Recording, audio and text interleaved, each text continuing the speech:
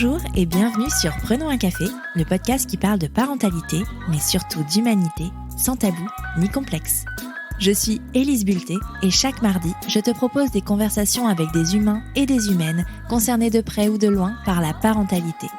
Nous échangeons sur des sujets importants de société, souvent éloignés des contes de fées, mais toujours criants d'actualité.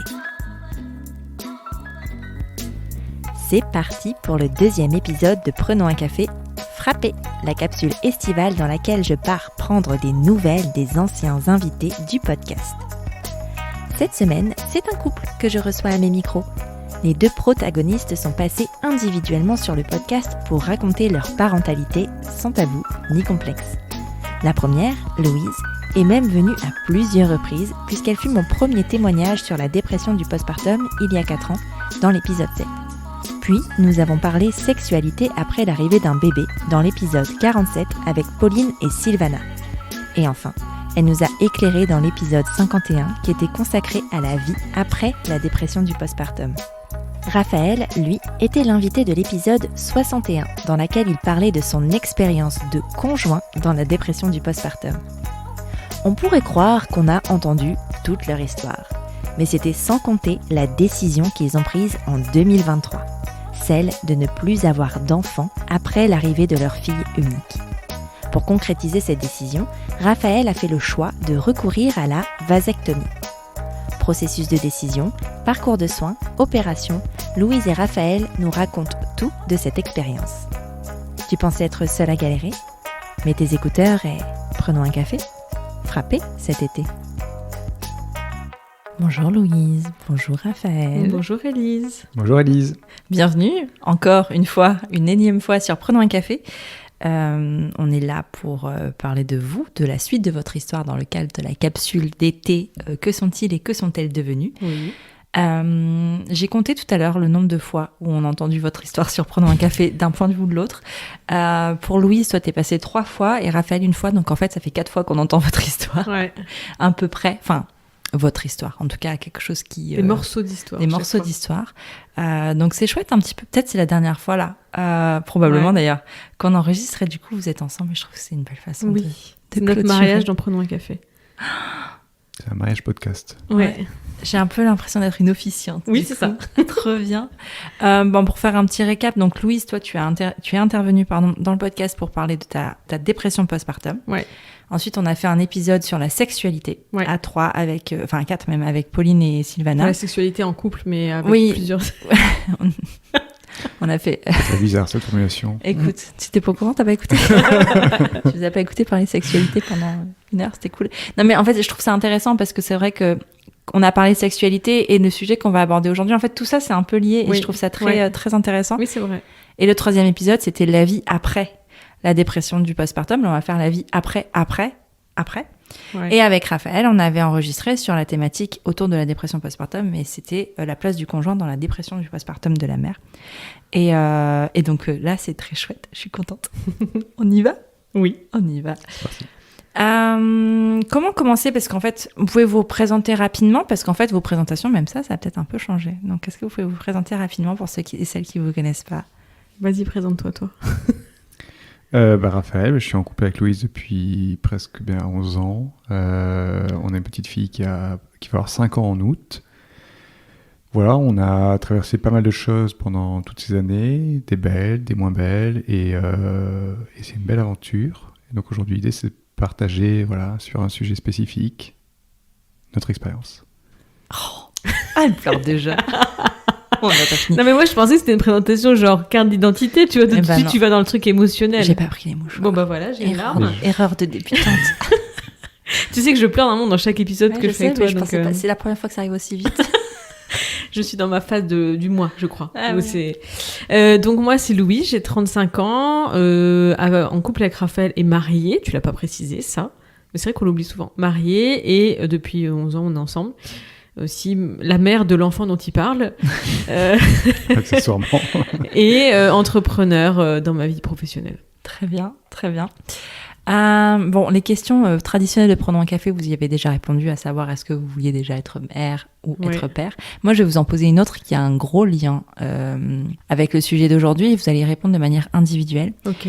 Quand vous imaginiez votre vie de famille à l'époque, avant d'avoir des enfants, comment elle était composée, de combien d'enfants elle était composée et comment elle était, Louise? Moi, elle était composée de 2 enfants. C'était 2 enfants, le schéma assez classique. Je pense que c'était aussi une représentation du modèle familial que j'avais. Du côté, je veux un garçon et une fille. Je veux ce truc d'avoir 2 exemples de ce que c'est un enfant. Et j'avais cette image que devenir parent, c'était entre guillemets plus facile que je le pensais. Et qu'en fait, 2 enfants, ce serait easy peasy, quoi. Genre, voilà, ils auraient 2 ans d'écart. Un peu le schéma qu'on voit beaucoup et qui est un schéma sociétal assez classique, quoi. Et toi, Raphaël? Moi, au tout début, c'était 0. Et après, les choses ont fait qu'on a un projet qui a grandi et moi, on a eu envie de fonder une famille. Mais moi, j'avais pas d'objectif ou quoi que ce soit. Et je me disais, on verra avec déjà un. Moi, j'avais un modèle où je suis au milieu d'une fratrie de 3 frères. Donc, j'ai un plus grand frère, 1 an et demi, un plus petit frère, 1 an et demi de moi. Et c'est vrai que c'était pas un modèle que j'avais envie de reproduire. De par les personnalités qu'on est tous devenus et parce que c'était pas quelque chose qui me faisait envie, ni autour de moi d'ailleurs. Voilà. Les modèles avec 2 enfants, je trouvais que c'était trop des modèles d'archétypes. Voilà, la voiture, la banlieue, le chien, 2 enfants. Vous avez un peu quand même pas loin de cet archétype quand même, à part la banlieue. Oui. Parce que vous habitez en centre-ville. Et le chien. Mais vous avez 2 chats, ça fait un chien. En termes de poids, oui, ça fait l'équivalent d'un gros bulldog au final. Ok. Non, mais ça, c'est des clichés qu'on a en tête. Ouais. Mais ça veut pas forcément dire que c'est mal. Non, mais c'est juste que ça vous correspond pas. Ouais, c'est ça. C'est que vous avez peut-être des envies de vie plus urbaines, plus indépendantes. Vous êtes des personnalités quand même relativement indépendantes aussi. Ouais, ouais. Pour vous connaître un peu. Ouais. Légèrement. Ok. Vous ne voulez pas d'autres enfants? Oui, on ne veut pas d'autres enfants. Vous ne voulez pas d'autres enfants? Non. C'est acté. C'est acté. C'est acté physiquement, mentalement, c'est acté. À quel moment, parce que je sais que toi, Louise, tu t'es beaucoup posé la question. Oui. Toi, ça a toujours été clair pour toi. Une fois qu'ils aient été là, tu t'es dit, c'est fini. Enfin, t'en voulais pas. En tout cas, quand on a enregistré il y a 2 ans déjà. Oui. Oh, purée, ça passe vite. Tu m'avais dit que tu n'en voulais pas d'autres. Oui. Et je me souviens qu'à cette période-là, toi, tu te posais beaucoup de questions, Louise. C'était quoi ces questions? C'était... Alors, pour ceux qui ont écouté les épisodes précédents sur ma dépression, et je vous invite vivement à les écouter, j'ai vécu un lourd traumatisme à mon accouchement, qui est resté pendant très longtemps, une grossesse assez aussi traumatisante et forcément une dépression derrière. Et inconsciemment, avec du recul aujourd'hui, je me rends compte que les questions que je me posais, c'était... déjà, j'avais ce schéma de 2, donc je me dis, il faut que j'aille là où mon cœur ou ma tête me dit d'aller, mais il y avait aussi ce truc de faut que je répare ce qui s'est mal passé la première fois. Et c'était un truc qui était inconscient mais qui revenait de plus en plus et c'était vraiment ça qui était en jeu. C'était vraiment j'ai envie de réparer ce qui s'est passé et voilà, j'ai toujours dit 2, donc faut que j'aille vers 2 et par moments j'avais quand même des envies physiques du truc, mais ça n'a jamais été au point de plus me poser de questions. Donc c'était ça en fait le truc, ça a été un enchaînement là depuis la naissance d'Isée, de haut et de bas, de peut-être, de machin, et c'était vraiment ça qui s'est passé en fait, avec des jours où j'étais là oui je veux, et des jours où même pas en rêve, donc c'était ça en fait. Ouais. Est-ce que tu as essayé de convaincre Raphaël de faire un 2e enfant? J'ai jamais essayé de le convaincre, mais à chaque fois que j'avais des questionnements, j'en ai toujours parlé en toute franchise et en honnêteté, en lui disant voilà, moi j'en ai envie. Toi t'en es où? Et lui ça a toujours été je suis désolée mais moi je vois pas l'intérêt, je parle pour toi hein. Je vois pas l'intérêt, enfin moi ça m'attire pas, mais ce qu'il disait tout le temps, ce que tu disais c'était mais par amour je suis prêt à faire ce geste là par amour pour toi, parce que si c'est vraiment un truc qui est hyper important on le fait. Et Raphaël, voilà. Est-ce que t'aurais vraiment été prêt à le faire? J'aurais été prêt à le faire, mais je pense que ça aurait des conséquences, de mauvaises conséquences sur notre couple. Parce que j'aurais aimé du coup, toi, tu aurais vécu ce que tu voulais, mais moi, j'aurais pas vécu ce que je voulais, mais je l'aurais fait par amour parce que je sais qu'on fait toujours des compromis, mais là, c'est plus qu'un compromis. Un sacrifice. C'est plus un sacrifice. Et après, moi, surtout, j'étais très heureux je suis toujours très heureux avec Isée, juste, et j'ai assez d'amour, et je trouve ça génial de vivre des premières fois avec un enfant, voilà. Et j'ai pas envie de revivre les premières fois avec un autre enfant, en gros, c'est plus ça. Voilà. C'est vrai qu'il y a cette notion de faire, quand on fait quelque chose qu'on n'a pas envie de faire, les conséquences derrière, en fait, on s'en veut, en fait. C'est presque qu'on n'est pas aligné avec soi-même. Et peut-être que c'est plus facile, parce que bon, vous avez fini par être d'accord à un moment, mais si cette dissonance avait continué, ça doit être des situations qui doivent être vraiment compliquées, en fait. Parce que dans les deux cas, si il y a un des deux qui prend la décision de faire un enfant ou de pas y aller, mais en fait, tu es toujours à l'encontre de ton désir. Et c'est ça, et franchement, pendant un moment, c'était difficile parce que moi, j'étais vraiment dans le j'en veux 2 et lui était dans le 0. Enfin, pas plus, quoi, j'en veux 1. Et donc, effectivement, on avait cette sensation que lui devait se sacrifier et que moi, je devais aussi faire un sacrifice en oubliant quelque chose que je voulais. Donc, il y avait vraiment des fortes engueulades là-dessus, parce que des fortes tensions. Et même, il y a un moment, on s'est dit, mais en fait, on peut pas rester ensemble parce que moi, j'en veux un deuxième, toi, t'en veux pas d'autre. Qu'est-ce qu'on fait, en fait? C'est plus possible. C'est-à-dire qu'on va toujours se regarder en chien de faïence parce qu'on va plus pouvoir se blairer à la fin parce que aucun des deux n'aura fait un sacrifice pour l'autre. Et il a fallu des événements un peu complexes qui ont fait que, voilà, on a réalisé qu'au final, c'était nous, quoi. Donc, Mais oui. Mais en même temps, si tu vas faire le sacrifice, en fait, t'es dans la même position que si tu fais pas. En fait, c'était une situation de merde, quoi, pour dire les choses. C'était une situation compliquée où il y en aurait forcément un des deux qui aurait été vraiment hyper malheureux. Et je pense que ça amène des couples à se séparer, même, ce genre de situation. Ouais. Vraiment. Mais c'est pas facile comme choix, hein. C'est vraiment difficile parce que je pensais pas qu'on serait coincé dans ce genre de situation pendant un petit moment, quand même, tu vois. Je veux dire, là, on a pris cette décision de s'arrêter, mais ça a été long, quand même, comme cheminant. Tout de mon côté, en fait. C'était vraiment très, très long. Oui. Ouais. À quel moment t'as switché, finalement, t'as changé d'avis? Parce que c'est un peu ça. Alors, déjà, il y a le truc où j'ai commencé à faire un travail sur moi qui m'a permis de comprendre que il y avait une différence entre ce que je voulais et l'image que je voulais renvoyer, que vraiment, il fallait que je fasse attention à bien séparer les deux, et que surtout, en fait, j'allais rien réparer, en fait, en ayant un autre enfant, qu'on fait pas un enfant pour réparer quelque chose, que j'ai commencé à me connaître et à me dire qu'en fait, je suis quelqu'un de très indépendant, qui a besoin de temps pour elle, j'ai des projets de vie, certains projets de vie qui n'auraient pas collé avec une plus grosse famille. Et il y a eu 2 événements qui ont fait que je me suis dit, ok, là, c'est bon, on s'arrête. En décembre dernier, on est tous tombés malades dans la famille. On avait une grippe, mais terrible, voilà. Et je me suis fait la remarque de me dire, en fait, je veux pas gérer ça avec un deuxième enfant. En fait. C'est déjà tellement horrible, là, avec un. Et le deuxième événement qui a été le truc de, ok, là, c'est bon, let's go, c'est qu'il y a quelques mois, on n'a pas... Voilà, moi, je prends pas de contraception. Et il y a eu un accident. Et ça a été un vrai flip quand j'ai fait le test de grossesse en me disant, dans ma tête, c'était pitié, faites que ce soit négatif. Et je me suis dit, ah ok, d'accord, donc si je me dis ça, c'est qu'il n'y a pas de truc. Quand j'ai vu le test négatif, je me suis dit, ok, il n'y a pas de truc, quoi. Enfin, il n'y a pas de... C'était sûr, quoi. Ouais. On va passer au sujet suivant qui est intéressant et qui relie pas mal de choses. On va parler de la sexualité parce qu'en fait, quand tu disais, tu prends pas de contraception. Ouais. Donc, t'as toujours cette épée un petit peu de Damoclès. Exactement. Au-dessus de la tête, de dire, attention, parce qu'en fait, l'ovulation, après, quand tu connais tu connais ton corps. Donc, tu connais un peu les signaux, tu sais quand ça arrive et tout ça. Mais il n'empêche que ça peut arriver quand même, tu vois. Est-ce que, dans ta tête, au moment des rapports, est-ce que ça reste dans ta tête genre mince, peut-être qu'en fait il va y avoir un accident, mince, peut-être qu'on va faire un bébé? Ouais, bah toujours. Et en fait, c'est même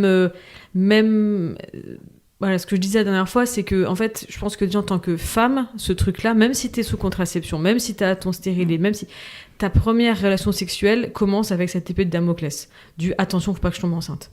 Donc en fait, t'as toujours ce truc-là en permanence personnellement depuis mes 15 ans, quoi, tu vois, pour tout dire. Donc j'ai ce truc-là au-dessus de la tête.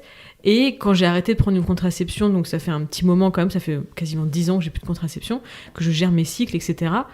T'as quand même ce truc, même si je me dis, si je tombe enceinte de Raphaël, let's go, on fait un enfant, t'as quand même tout le temps ce truc sur la tête. Et en fait, je trouve que ça fluidifie pas les relations sexuelles. Ton désir qui arrive quand t'ovules, parce que c'est là où personnellement moi je suis on fire, quoi, pour que tout le monde est au courant, c'est là où en fait tu te dis en fait je suis obligée de me réfréner, Enfin voilà, ça fluidifie pas le truc et ouais, t'as toujours cette peur en fait, cette peur. Mais toi, t'as cette peur-là parce que tu le vis dans ton corps et que s'il y a un accident, quoi qu'il arrive, quelle que soit la décision, c'est toi qui vas le subir dans ton corps. Ouais, c'est ça. Si tu décides de pas le garder, tu vas vivre l'avortement. Si tu décides de le garder, tu vas vivre une grossesse et une naissance et un postpartum et tout le reste. Toi, comment tu vis ça en tant qu'homme qui ne vit pas dans ton corps, cette peur-là? Est-ce que tu la ressens, cette peur-là, ou pas du tout? Moi, c'est pareil, j'ai la même peur aussi, pareil. C'est super embêtant dans les relations sexuelles parce que du coup, tu te dis à chaque fois, est-ce que, attention, c'est le bon moment, c'est pas le bon moment, et en fait, c'est super gênant. Donc je le vis. Et après, moi, j'avais pas les sujets de contraception, etc. Donc toute la charge de suivre justement les cycles, tous ces trucs-là, quand tu avais l'appareil et tout, voilà, je trouvais ça ultra pénible. Et ça enlève pas mal de charme à la relation, quoi. Ouais, c'est ça enlève le côté... La spontanéité. Spontanéité, en fait, parce que...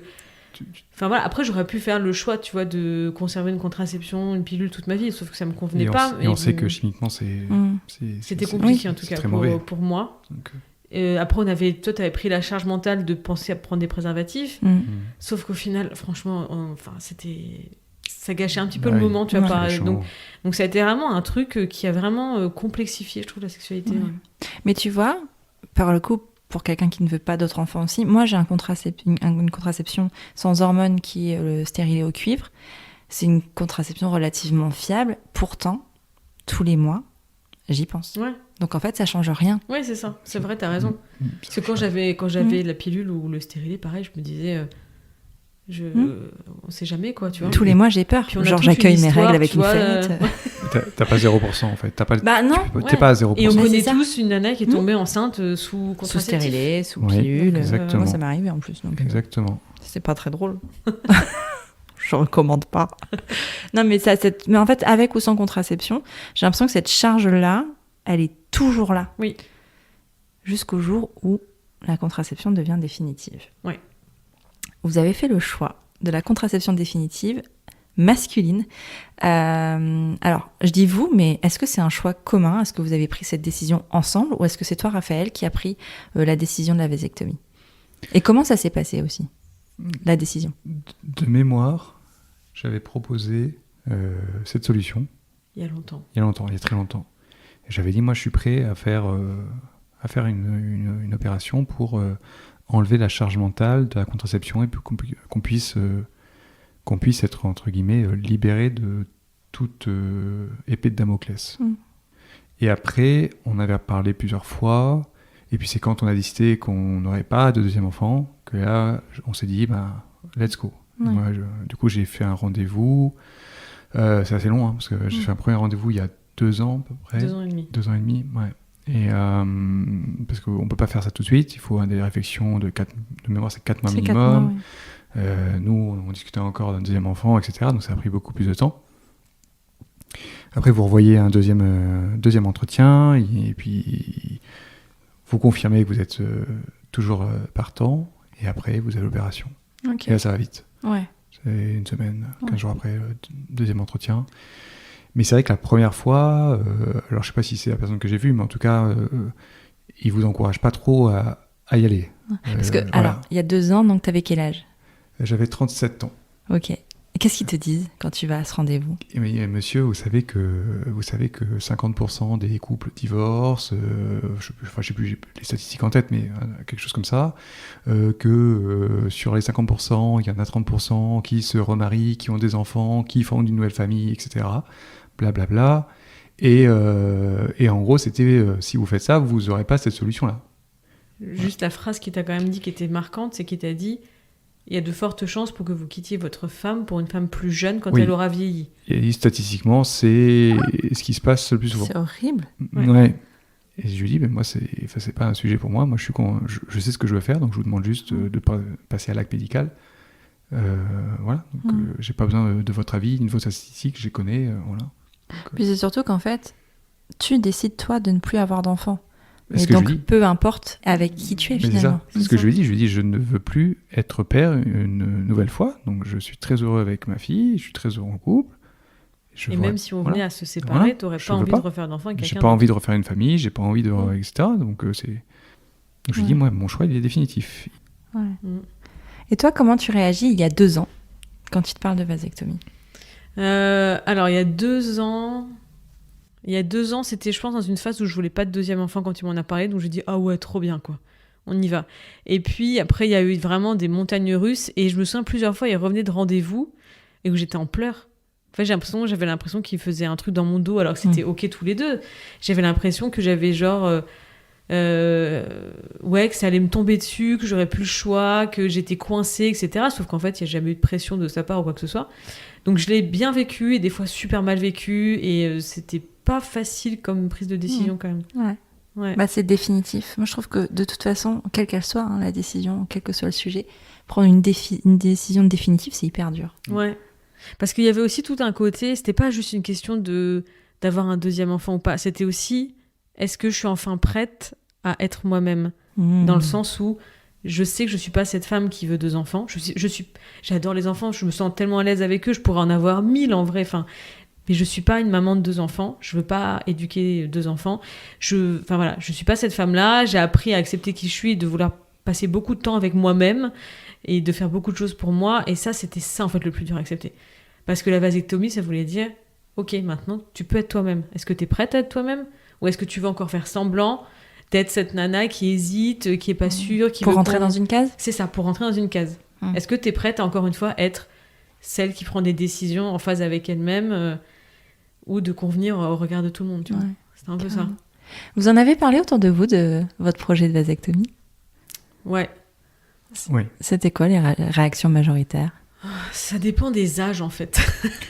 Moi, autour de moi, c'était plutôt OK.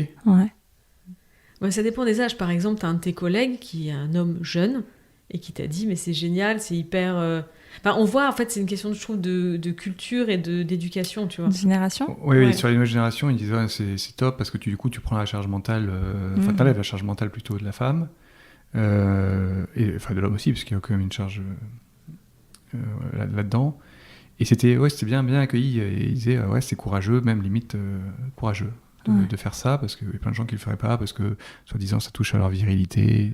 Oui, c'est ça. Et en fait, t'as ceux qui sont un peu plus âgés, de l'âge de nos parents, par exemple, qui sont en mode oh là là, mais alors ta virilité, elle en prend un coup. En fait, il y a aussi ce truc où les gens pensent que tu ne peux plus avoir d'érection quand tu as une vasectomie. Donc, on a eu quand même 2-3 fois des personnes qui ont dit, mais en termes d'érection, du coup, ça pose problème et tout. Enfin, le sujet est tellement tabou qu'en fait, il n'y a pas d'infos, donc tout le monde invente son propre schéma, quoi. Ils voient ça comme la castration, tu sais, que tu fais sur les chats, genre. Exactement, c'est exactement ça. Il n'y a strictement aucun effet, sauf le fait d'enlever, du coup, les spermatozoïdes. C'est tout. C'est genre, tu peux plus te reproduire, mais t'es qui, en fait ? T'es plus un vrai mâle, quoi, un mâle alpha. Tu peux pas aller, dans la jungle te reproduire. Non, et après, c'est vrai que moi, je pense que c'est important... Si, je voyais 2 singes qui copulent. Pardon, je t'ai coupé, mais... Non, mais c'est important d'en parler autour, parce que je pense que si les gens n'en parlent pas, le message va pas être porté, et on va rester sur les schémas traditionnels, la pilule, etc., blablabla. Il faut en parler avec beaucoup de confiance en soi, et toi, t'en parles avec tellement de confiance en toi, où on sent que... Enfin, c'est pas un sujet, en fait. Oui. Tu vois, donc en fait... Ouais, mais après, et t'es un cas malheureusement exceptionnel dans notre société où, en fait, les hommes sont bien contents de pas avoir cette charge-là. Où les hommes, c'est géré par la femme, c'est très bien, mais comme plein de sujets, le sujet du foyer, le sujet des enfants, et que si la femme tombe enceinte, finalement, ça change pas leur vie parce que ça change pas... Enfin, c'est pas un problème pour eux parce que ça changera pas leur vie. Sauf que moi, l'approche que j'ai, c'est que la charge mentale, elle était pas que sur Louise. C'est-à-dire que s'il y avait un truc que moi, de mon côté, il se passait quelque chose, un accident, c'est de ma responsabilité aussi. Et la charge mentale, elle était pour moi aussi.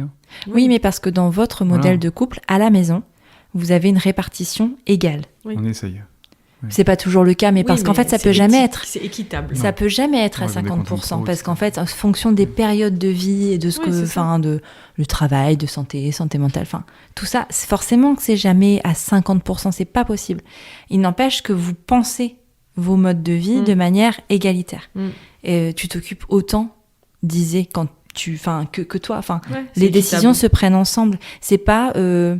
même si tu travailles beaucoup, même si toi, tu es plus souvent à la maison, et ce qui pourrait paraître comme un schéma plus classique. Ouais. Les décisions, vous les prenez ensemble. Quand t'es là avec ton enfant et pas en train de regarder le foot, par exemple, que sais-je. Enfin, toi, t'aimes pas le foot, t'aimes autre chose. Mauvaise pioche. Mais enfin, tu vois, c'est des clichés, hein. C'est peut-être vraiment des clichés, mais en même temps, c'est ce qui se passe dans beaucoup de foyers. Ouais, bah oui, c'est vrai. Où la charge est 100% pour la femme, mais elle vit vraiment... elle est en dessous, sous l'eau, quoi, à vivre les tâches ménagères, les tâches du foyer, d'organisation, tout ça. Et dans votre couple, c'est pas le cas. Ouais. Enfin, après, je vis pas avec vous. Presque, hein, mais... Non, mais on a une répartition qui est équitable. C'est-à-dire, selon, comme tu dis, selon les moments de vie, on sait qu'il y en a un qui fait plus que l'autre, mais on sait que ça s'équilibre à un moment ou à un autre, en fait. Et il y a toujours énormément de bonne volonté de nos deux côtés pour faire les choses le plus égalitaires possible. Ouais. Oui, et puis vous avez une force de prise de décision ensemble. Oui, c'est ça. Et en même temps, ça, je trouve que c'est assez logique, finalement, cette décision d'enfant unique. Ouais. Parce que, pour moi, quand je vous vois, ça me semble logique, mais parce que je vous connais.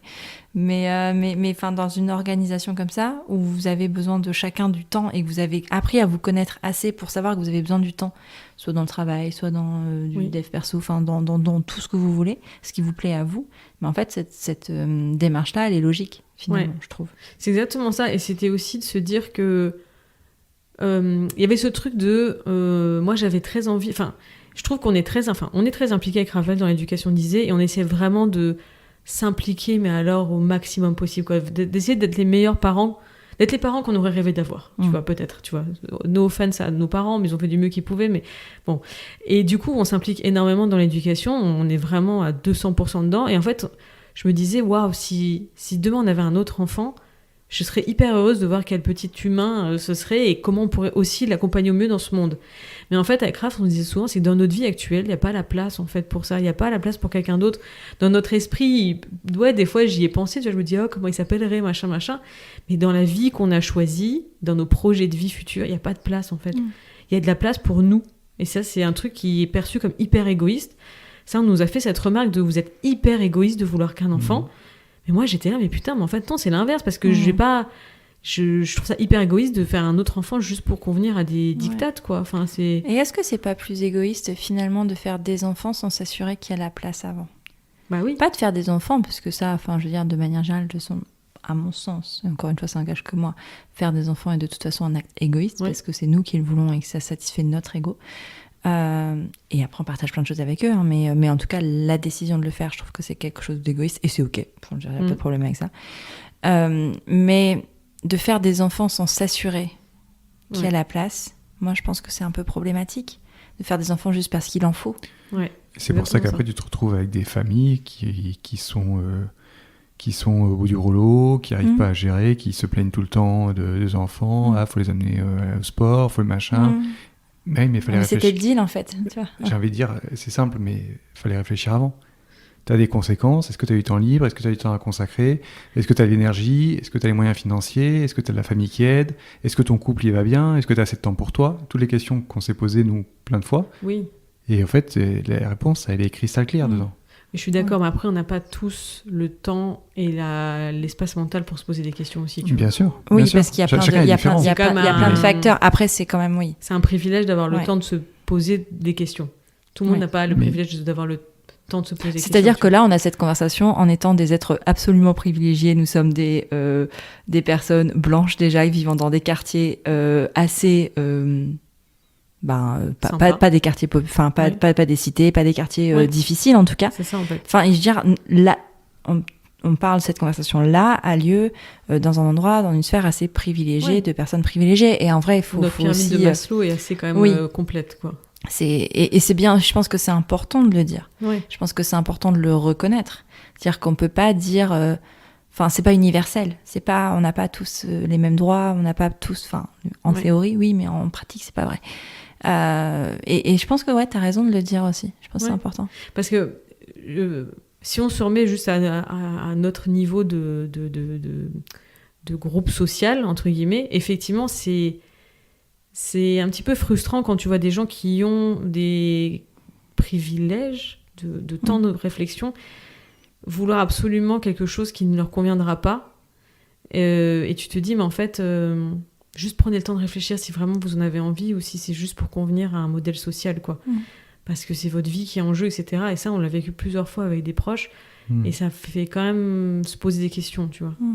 Mais bon, après, chacun ses choix. Je veux dire, je suis pas là mais pour après, juger, et puis quoi. c'est surtout que l'envie d'avoir 3, 4, 5 enfants, elle existe. Hein. Oui. Enfin, tu vois, je veux dire, on fait pas juste des enfants par convention sociale. Il y a, C'est ça. enfin, je veux dire, Moi, je te parle juste des gens que je sais qu'en fait, ils voudraient s'arrêter à un, mais qui le disent, font pas. on peut pas parce que il va être malheureux, il va être égoïste, ça va être un sale gosse. Le regard des autres sur l'enfant unique est dur, hein, est franchement. dur, ouais. Et dur, alors que moi, je trouve que, je sais pas. Mais en fait, c'est juste que vous êtes, enfin, je dis vous, mais je peux m'impliquer aussi dedans parce que j'ai aussi une enfant unique, mais en fait, on est heureux comme ça. Ouais. Et parfois, c'est difficile pour les autres, et ça reste vraiment un mystère de comprendre pourquoi c'est difficile de comprendre qu'on soit heureux comme ça. En fait, c'est difficile parce que le choix de l'enfant unique est un choix où on va à contresens, mais aussi le choix de la vasectomie. Donc je pense que là, ces derniers temps, en termes de discussion et en termes de préjugés, en termes de trucs comme ça, on a vraiment décidé d'aller dans un truc où...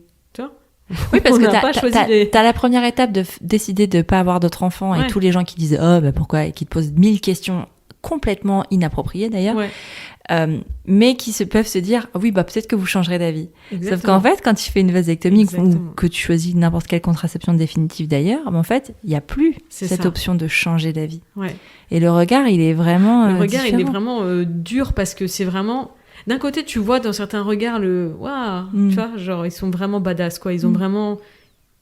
Dans le sens où ils sont sûrs d'eux, et ça fait plaisir de voir des gens qui sont capables de se respecter, dans le sens où on se respecte notre vie, nos choix de vie et tout. Et de l'autre côté, il y a vraiment des regards de mes bandes de tarés, quoi, tu vois, genre, vous allez tellement le regretter. Et c'est une des premières questions, on me dit si je me trompe, mais quand on parle de vasectomie, est-ce qu'on vous demande tout de suite, est-ce que c'est réversible ? Oui. Ouais. Première question qui vient. Ouais. Comme si, en fait, t'avais pas le droit c'était pas possible de faire un choix vraiment sans y revenir dessus, tu vois. Puis il y a aussi beaucoup de femmes qui m'ont contactée sur Instagram pour me dire, est-ce que c'est réversible parce que mon conjoint... On n'est pas encore sûr, on voudrait une solution d'attente et on aimerait bien faire ça en attendant d'être sûr. Et je leur ai dit, je suis désolée, mais en fait, comme Raph, tu me disais, c'était combien, 2% Oui, enfin 2 ou 4%, je sais plus, mais en gros, si vous voulez faire une opération sans faire marche arrière, il y a 4% de chance à peu près que ça réussisse. C'est une chirurgie très minutieuse en plus de refaire ça. Oui. Donc en fait, il vaut mieux dire que c'est irréversible dès le départ. C'est ce que m'a dit le médecin, c'est ça, c'est que quand tu hésites encore, vaut mieux utiliser des moyens de contraception plus mécaniques et pas définitifs, quoi. Ouais. C'est pas réversible, il vaut mieux avoir ça en tête. Ouais, carrément. Parce qu'on me dit aussi la même chose de la ligature des trompes, elle pourrait être réversible parce que c'est des clips et que tu pourrais les enlever et que ça pourrait marcher, mais c'est pareil en fait. C'est le même système, enfin c'est réversible, mais là, dans combien de... Tu coupes un Toi, canal. tu coupes Tu coupes un canal, donc c'est très difficile de le remettre. Est-ce que tu peux justement nous parler techniquement ? Parce que je pense que c'est des questions que vous avez certainement reçues et d'hommes qui voudraient passer le cap de savoir comment ça marche, comment ça se passe l'opération. Donc tu dis tu as un premier rendez-vous, tu as minimum 4 mois de délai légal, ça c'est la loi de toute façon, de réflexion, et après tu reprends rendez-vous. Mais auprès de quel type de spécialiste tu prends un rendez-vous ? Eh bien c'était un... Comment on appelle ça ? Neurologue. Neurologue, pardon. Un neurologue. Je suis fatigué, la nuit était courte. Oui, un neurologue. Donc un neurologue, vous prenez n'importe quel neurologue, vous allez les voir, premier rendez-vous. Donc il vous explique tout le process, il vous pose des questions sur vous, votre famille, votre couple, si vous avez des enfants, etc. Vous discutez avec lui, vous lui posez toutes les questions sur le process. Il vous examine pour voir s'il n'y a pas des problèmes génitaux, tout simplement. Physique, des choses qui pourraient ne pas permettre l'opération ou quoi que ce soit. Et ensuite, il vous remet donc toute une documentation sur le process, les prochaines étapes, les conséquences, etc. Voilà. À lire, avec une feuille à signer aussi avec votre consentement pour le prochain rendez-vous si vous décidez d'aller sur le deuxième rendez-vous. Voilà. Est-ce que Première partie. Le conjoint doit donner son consentement ? Non. Jamais. Non. C'est valable pour la contraception définitive des femmes aussi. Et ça, je le dis parce que il y a des gynécologues qui disent aux femmes qu'elles doivent apporter le consentement de leur mari. Et ça, c'est pas légal. C'est interdit. Enfin, t'as pas le droit. C'est le corps, c'est votre corps, donc c'est notre corps. Donc non. Donc ça, c'est la première étape, premier rendez-vous. Deuxième rendez-vous, du coup, moi, pour le coup, c'était bien après les 4 mois. Là, du coup, ils vous redemandent si tout va bien, si vous êtes sur votre décision. Ils vous réexaminent. Et si vous êtes sûr, vous prenez rendez-vous pour l'opération directement lors du deuxième rendez-vous. Ok. Voilà, moi, c'est ce que j'ai fait. Et l'opération, pour le coup, elle était 2 semaines après. Ok, oui, ça peut être, une fois que le délai est passé, ça peut aller vite. Exactement. Ça dépend de l'hôpital, de la chirurgienne. Ça. Moi, pour le coup, j'ai vu un neurologue, c'est une chirurgienne qui m'a opéré. Ah oui, d'accord. Voilà. Et donc 2 semaines après, j'ai fait l'opération. Donc c'était il y a 2 semaines, justement, un peu plus de 2 semaines. Un peu plus de 2 semaines, c'est à 3 semaines. 2 semaines et demie, presque 3. Mardi, ça fera 3. Vous me faites tellement rire. C'est vraiment un détail hyper important de l'épisode. Je veux dire, c'est le détail crucial. Non, c'est parce que comme ça, je peux donner la photo avec le recul de 3 semaines, pas plus. Oui. C'est plutôt la chronologie qui joue. Donc après, il y a l'opération en soi. Donc c'est une anesthésie. Il y a deux solutions. Soit vous voulez du confort entre guillemets, donc c'est anesthésie générale, mais c'est pas du tout ce qu'ils font en priorité. Ils font une anesthésie locale. Ok. Voilà, donc vous avez un ambulatoire, une demi-journée, même pas. Enfin, en gros, ça veut dire 3 heures, 2 heures. Peut-être 2 heures entre le moment où je suis parce que t'es pas rentré. endormi, donc t'as pas toute cette phase de réveil. Non, ils endorment que du coup, le bas évidemment. Je t'ai déposé à 14h30, à 16h30, on était devant l'école pour récupérer Isée. Exactement. Ouais. C'est très rapide. Et vous pouvez marcher dès que l'opération est finie, vous pouvez marcher. Faut faire attention évidemment. Faut pas faire de. Tu marches comme Lucky Luke, mais tu marches. C'est Lucky Luke, voilà, mais c'est rapide. Ouais. Voilà, et donc ils anesthésient quoi ? Tout le bas de ton corps ou seulement la zone où ils vont. Ils appellent ça les bourses. Non pas les bourses de commerce. Ça y est, on parle de zizi, c'est rigolo. Voilà, les bourses. Je trouve ça. C'est joli. C'est joli les bourses. Je préfère dire les coucougnettes. C'est très poétique. Coucougnettes. Voilà. Donc ils endorment les bourses et avec l'anesthésie locale et ils opèrent. Du coup, ils ouvrent la peau à 2 endroits et ils coupent le canal du coup qui amène les spermatozoïdes vers le sperme du coup. D'accord. Voilà. Donc ça empêche l'arrivée spermatozoïde dans le sperme. Tout simplement. Mais donc du coup, des 2 côtés du. après il y a toujours éjaculation. Enfin, je veux dire, tout le système fonctionne de la même façon. C'est juste qu'il y a plus de spermatozoïdes Exactement. dedans. Il n'y a aucun changement, quel qu'il soit. Tout le monde vous le dira. Tu peux avoir le zizi tout dur encore. Ouais. Exactement. Et j'aime bien le dire comme ça parce que c'est vraiment hyper sexy de le dire comme ça. Mais toi, t'as 12 ans dans ta tête. Non, mais c'est... Exactement. Tout fonctionne ça bien. Ça ne change strictement rien. Par contre, l'opération, c'est quand même un peu douloureux. Ça fait un peu mal. Est-ce que c'est l'opération qui t'a fait mal ou c'est l'après ? Non, l'opération fait quand même un peu mal. Oui, tu sens quand même, parce que comme tu es conscient... Oui, tu sens bien. Après, tu sens qu'il y a des trucs qui se passent, quoi. Il y a plus que ça, oui. Voilà. Mais même s'il y a anesthésie, c'est pas... C'est comme quand on va chez le dentiste. Ils endorment les dents, mais des fois, ça fait mal quand même. Oui, c'est ça. Voilà. Donc là, ça fait un peu mal, mais bon, c'est rapide. Et voilà, et après, moi, je pense que la chirurgienne était plutôt bonne, donc ça allait. Puis c'était très agréable, le cadre... Enfin voilà, vous discutez, vous rigolez, ils opèrent en même temps, c'est limite un apéro ambulatoire. Voilà. Donc on sort de l'hôpital. Après, ça fait quand même assez mal. Hein. Il y a plusieurs jours où faut pas trop forcer, il vaut mieux se reposer. Moi, je conseille même de rien faire. Moi, je suis au parc Astérix le lendemain, c'était pas une bonne idée. J'ai pas fait grand chose, hein. Mais bon. C'était pas une bonne idée, je préfère. Ouais, mais tu marchais voilà. quoi. Ouais, mais oui, parce qu'il n'y a pas de contre-indication en fait. Ils vous disent, vous pouvez conduire, vous pouvez marcher, etc.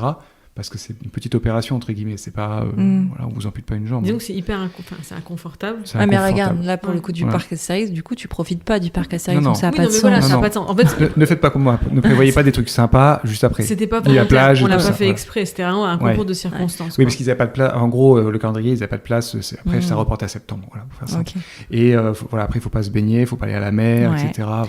Pendant 2 semaines, comptez 2 semaines, 2-3 semaines où il faut être tranquille.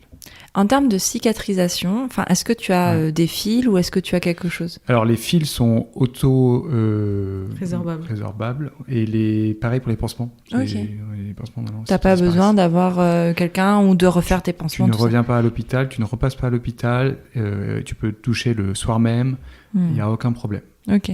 Voilà. Et après, ça cicatrise, ça met plus ou moins longtemps, ça dépend des gens. On a Ouais. oublié de préciser aussi qu'on peut pas avoir de rapport sexuel Oui. pendant 2-3 semaines. Bah, quoi. ils te disent une semaine, 10 jours, honnêtement, c'est pas possible. Ça fait mal? Ouais, tu sens, ouais. Donc moi je dirais, chacun est différent, mais comptez 3 semaines avant de reprendre des rapports minimum. Quoi. De toute façon, quand t'as mal, c'est pas très agréable de manière Non, générale. c'est donc, pas Ouais, très voilà. vaut mieux agréable. éviter. Et surtout, s'il y a des rapports trop proches de l'opération, etc., il y a un risque vis-à-vis de la cicatrisation, etc. Donc c'est idiot de faire une opération et de prendre un risque Oui. de casser ce qui a été fait et de Ouais. devoir repérer derrière. Quoi. Carrément. Voilà. Et donc ça, c'est pour l'opération. Donc ensuite, il y a du coup, voilà, ça se guérit, la guérison, cicatrisation. Et ensuite, 3 mois après l'opération, vous devez prendre rendez-vous pour un spermogramme. Dans Pour un vérifier. laboratoire, voilà, enfin, pour vérifier ça. Pour vérifier s'il y a bien plus de spermatozoïdes. Voilà. Et il faut être à 0. Parce que si t'es pas à 0, ça veut dire qu'il y a un risque Ça de va marcher. conception. Ouais. Et donc, faut refaire. Il faut refaire. Ah, je savais pas qu'on pouvait. C'est pas 3 c'était mois possible. et après 6 mois? Non, c'est 3 mois tout de suite. Non, c'est 3 mois tout de suite. Et si c'est pas à 0, il y a un autre spermogramme au 4e mois. Ok.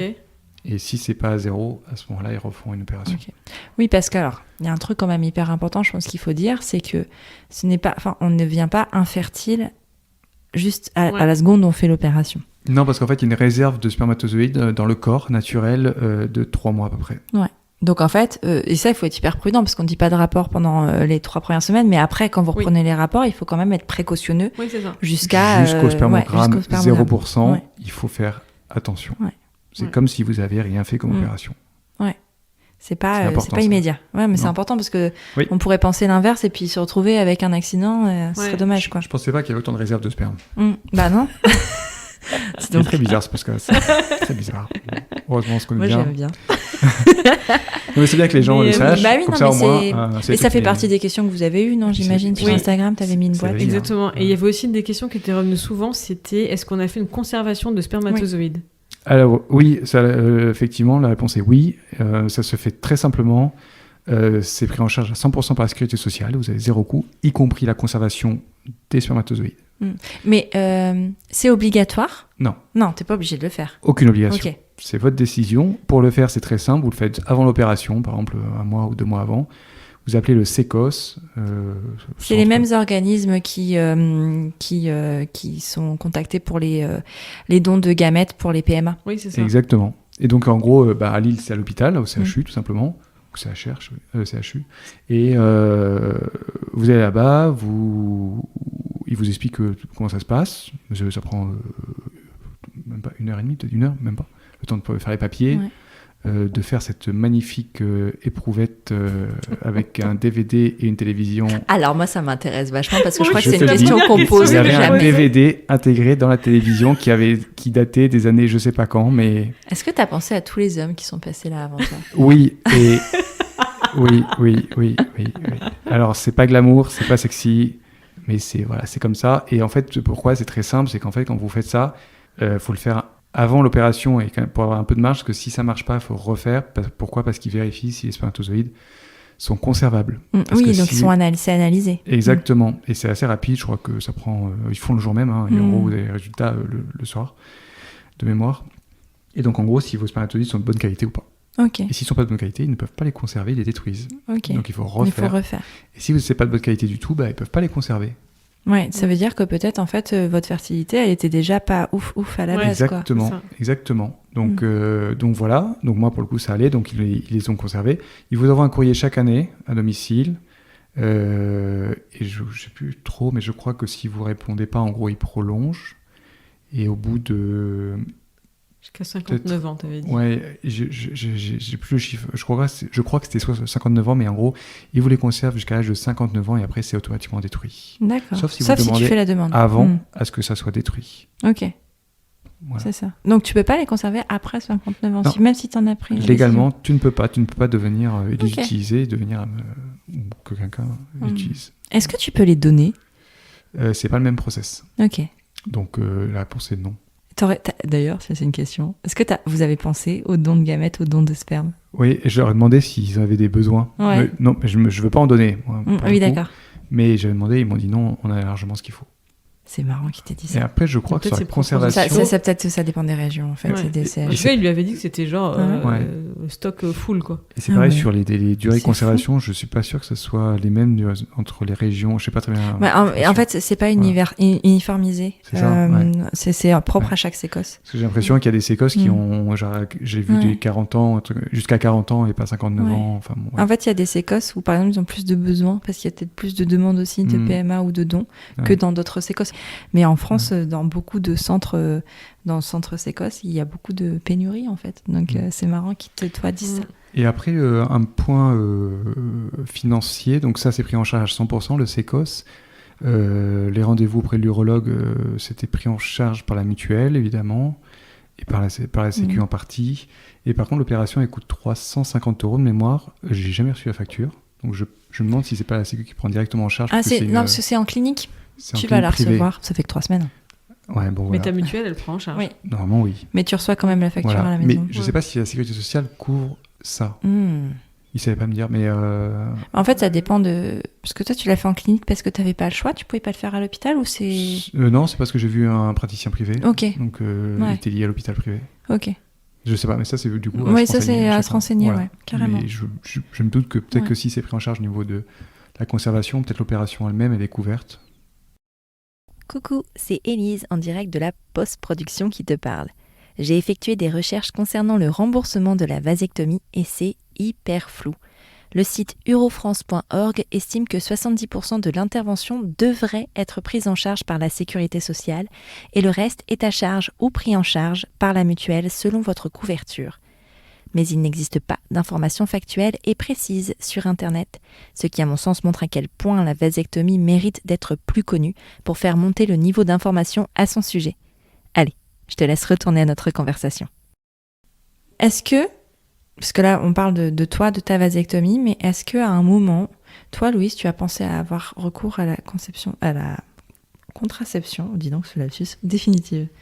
J'y ai pensé, et pour être tout à fait honnête, je me suis dit que j'en avais déjà assez chié toute ma vie de femme. Donc en fait, pour moi, c'était pas, je voulais pas m'infliger ça.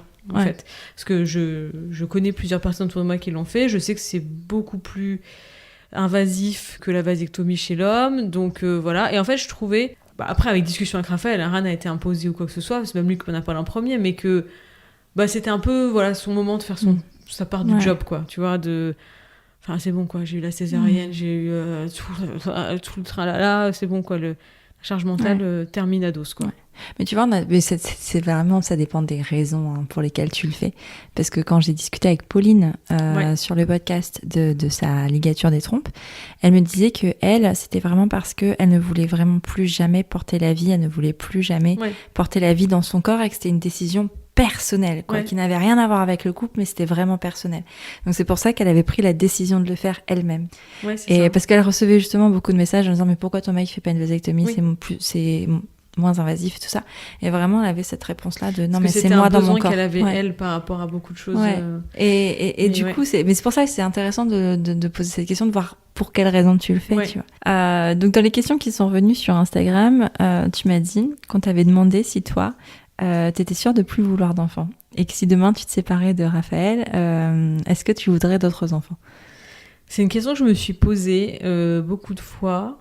Je pense que ça dépend en fait de avec qui je serai et de la vie que je déciderai d'avoir. Mais aujourd'hui, par rapport au projet de vie que j'ai et par rapport à la vie que j'ai avec Raphaël, avec la vie qu'on mène, j'en veux pas d'autres dans cette vie-là. Mais si demain je rencontrais Harry Styles et qu'il voulait que je devienne la mère de ses enfants, ce serait difficile de refuser en fait. Droit de veto. En vrai, droit de veto. En toute transparence, Harry Styles mène une vie quand même genre de concert et tout ça. T'aurais quand même énormément de charge mentale, mais t'aurais les moyens d'avoir une nanny, mais t'aurais quand même beaucoup de charge mentale. C'est vrai. Non, mais après, en fait, en toute honnêteté, je pense que en fait, je suis hyper heureuse d'être la maman d'un enfant, même si je pourrais être la maman de 1000 enfants parce que j'aime trop les enfants, mais je veux pas. Je pense que j'ai passé l'âge. C'est un peu bizarre dit comme ça parce que je n'ai que 35 ans, tu vois, je suis pas non plus. Mais je me sens plus dans cette phase de maman, maternité, tout ça. Je suis plus dans ma phase genre. Renaissance, let's go, tu vois, et j'ai pas envie d'être dans cette phase de calme, de manque de sommeil et tout ça. Donc je pense qu'en fait j'ai passé l'âge en fait. Je pense que c'est ça. Et puis je pense qu'en termes de priorité aussi, il y a les besoins que tu disais, c'est toi, d'abord toi, en fait, d'abord, et après, si tu peux pas t'occuper de toi, tu peux pas t'occuper du reste, ni de ta famille, ni de ton Oui, mais c'est ma vie aujourd'hui. Toi, tu es sûr que plus jamais tu voudras en avoir, peu importe les évolutions de ta vie. Moi, je suis assez d'accord avec... Alors, encore une fois, c'est une réflexion très privilégiée, je pense, mais c'est d'abord toi, en fait. C'est que de manière générale, si t'es pas en phase avec toi, et si t'arrives pas à t'occuper de toi, comment tu peux t'occuper de quelqu'un d'autre, en fait. Ouais, c'est exactement ça. Et même quand il y a quelqu'un d'autre, même quand il y a cet enfant, il faut continuer à être sa priorité, en fait. Et ceux qui vont dans le mur, c'est ceux justement qui prennent pas de temps pour eux, et qui le savent pas. Moi, je savais pendant longtemps, je l'ai pas su non plus. Mais qu'en gros, après, ils se rendent compte, en fait, j'ai pas le temps pour moi, en fait. Et il est où mon temps? Oui, mais encore une fois, après, tu commences à le reprocher à tout le monde. Exactement. Ma réflexion, elle est dans cette vie actuelle. Si jamais il y avait été... Dire, la vie, elle est fabuleuse, des fois, elle est pleine de surprises, donc on sait jamais. On sait jamais que Harry Styles viendrait frapper à la porte. En Europe, il a dit qu'il déménageait. Non, il a dit qu'il faisait un break. Peut-être dans 10 ans, on se battra comme pour Taylor Swift pour avoir des places. C'est très probable.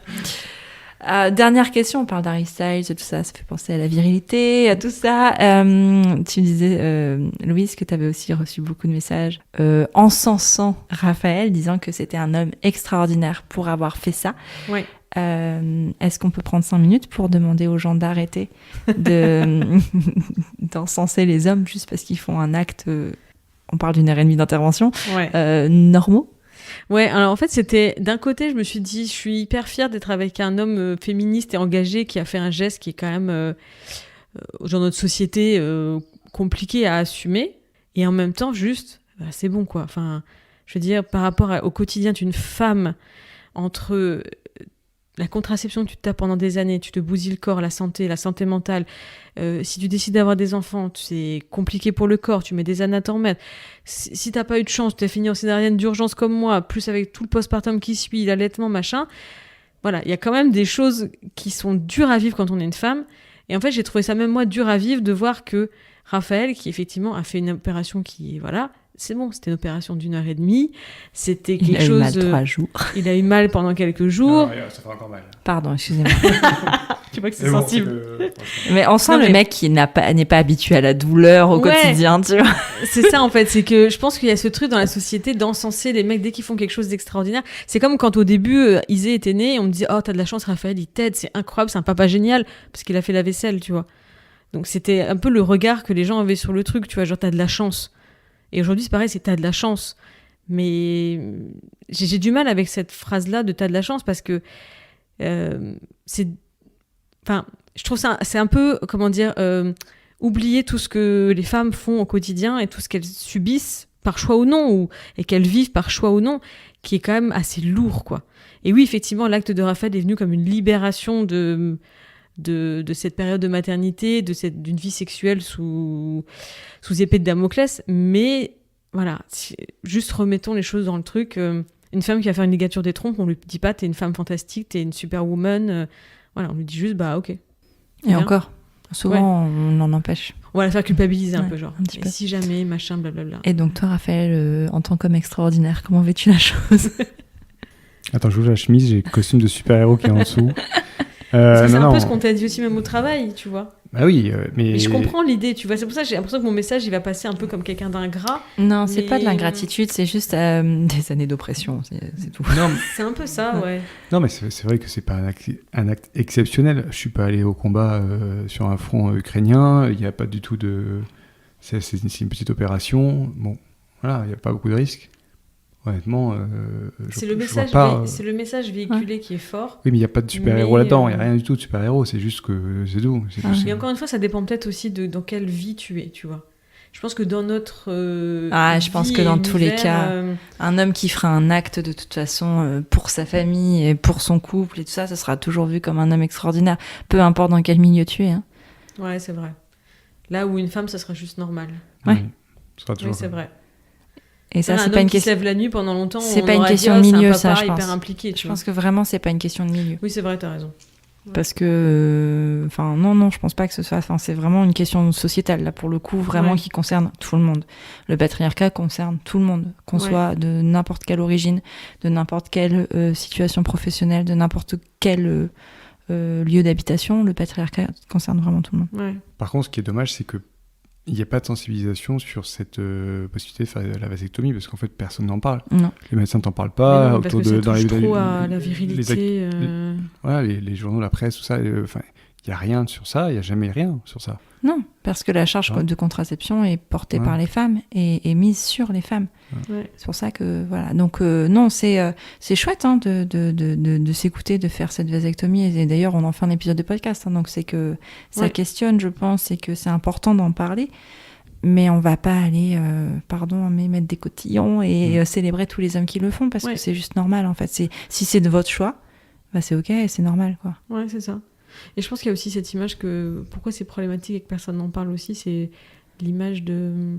Enfin, je me dis, des fois, s'il y avait des personnalités publiques d'esthétique virile, tu vois, genre The Rock, tu vois, qui disait j'ai fait une vasectomie, tu vois, c'est aussi... Enfin, des fois, c'est aussi basique que ça, mais ceci dit, c'est très français, hein, parce qu'aux États-Unis, il y a beaucoup plus d'hommes déjà qui ont recours... j'ai pas les pourcentages, mais il y a beaucoup plus d'hommes qui ont recours à la vasectomie. Oui, c'est vrai. Déjà parce qu'en fait, en plus, aujourd'hui, dans beaucoup d'États, l'avortement est interdit, et que même sur la contraception, les femmes ont des difficultés d'accès, donc en fait, les hommes vont plus facilement aller faire une vasectomie. Et c'est beaucoup plus démocratisé qu'ici, en fait. C'est genre... Tout le monde à 40 ans a fait une vasectomie, tu vois, presque. Ouais, c'est vrai. C'est quelque chose de très, très, très, très, très courant. Ici, pas du tout. Je sais pas pourquoi. Quelle est la réponse sociétale à ça ? Je sais pas. Mais ça peut être intéressant de se pencher sur le sujet. Ouais. Mais c'est très français, en tout cas. Voilà. En tout cas, merci d'être venu encore nous raconter un pan intime de votre vie. On a parlé de Zizi, c'était trop bien. Merci d'avoir pu partager ça. Et puis, un de ces jours peut-être. Hein. Oui, oui. On n'est pas à l'abri. La dernière fois, on a dit que c'était la dernière fois, puis finalement, c'est pas la dernière fois. Donc, sait-on jamais, hein, la suite au prochain épisode. Effectivement. À bientôt. À bientôt. Salut. À bientôt.